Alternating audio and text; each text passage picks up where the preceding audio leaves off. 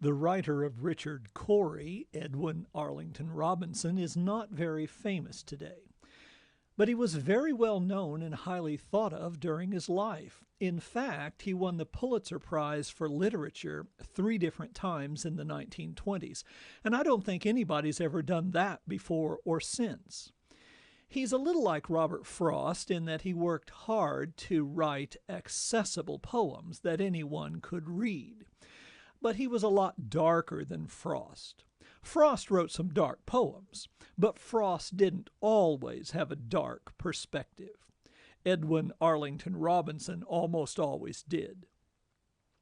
We don't have time, and you don't have the desire to hear a lot about Robinson's life, but he had some amazingly difficult things happen to him, especially when he was young. And it gave him a really pessimistic way of looking at people and situations. And of course, Richard Cory is a good illustration of that. It's such a short, simple poem. Let's just read it, and then I'll make a couple of comments about it. Whenever Richard Cory went downtown, we people on the pavement looked at him. He was a gentleman from sole to crown, clean-favored and imperially slim. And he was always quietly arrayed, and he was always human when he talked.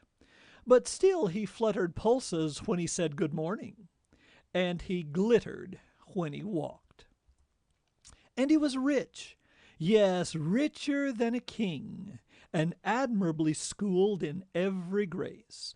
In fine, that's an old-fashioned way of saying in conclusion or the result is. In fine, we thought that he was everything to make us wish that we were in his place. So on we worked and waited for the light, and went without the meat and cursed the bread. And Richard Cory, one calm summer night, went home and put a bullet through his head. Well, this is a good example of situational irony. The result of the situation is completely different from our expectations. Richard Cory was a good-looking, wealthy young man who had everything. He was a gentleman from sole to crown, from the bottom of his feet to the top of his head. And he was such a nice guy. He fluttered pulses when he said good morning. And we should also give some thought to the speaker here. What do we know about the speaker? Well, he, or she, we don't know for sure, seems to be poor. We people on the pavement in line 2 sort of suggest that. The last line of the third stanza tells us that the speaker and others on the pavement wished that they were in his place. And the first 2 lines of the last stanza make it pretty clear that the speaker is poor. So on we worked and waited for the light, and went without the meat and cursed the bread. That phrase, waited for the light, has been variously interpreted. Some have suggested that the speaker and his kind work all night, perhaps on a graveyard shift of some sort. Others have said that the light should be interpreted more metaphorically, as in waiting for a time when their circumstances improved, their burdens lightened. Either interpretation works. Maybe it's both. Of course, the jolt of the poem is the last line. It hits us out of the blue and changes everything. Let's consider the style of the poem for a minute. The rhythms and rhymes are completely regular and predictable. They lull us to sleep almost. The words are carefully chosen to create a tranquil tone. He is quietly arrayed. Arrayed here refers to his dress. The word quietly suggests that his fine clothes don't stand out.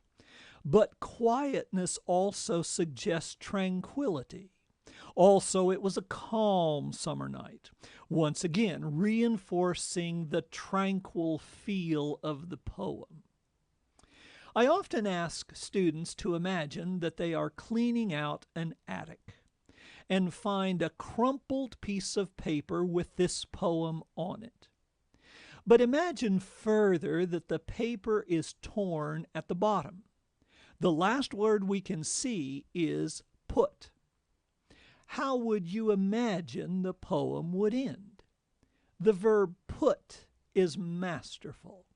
It keeps us misled to the last second. Put is a gentle verb.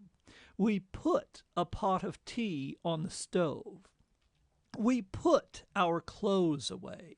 We put things in order. But we don't think of putting a bullet through our head. The peaceful regularity of the style is carefully maintained to accentuate the jolt at the end. Of course, this is situational irony because we would expect someone like Richard Cory, who has everything, to be happy, not to commit suicide. I've said before that all poetry, in one way or another, is about seeing. I suppose the subject here is perceptions. And the theme is simply that we can't tell from looking at a person what's going on inside. We know that, but like the people on the pavement, we often forget it. A little poem like this reminds us of an important truth.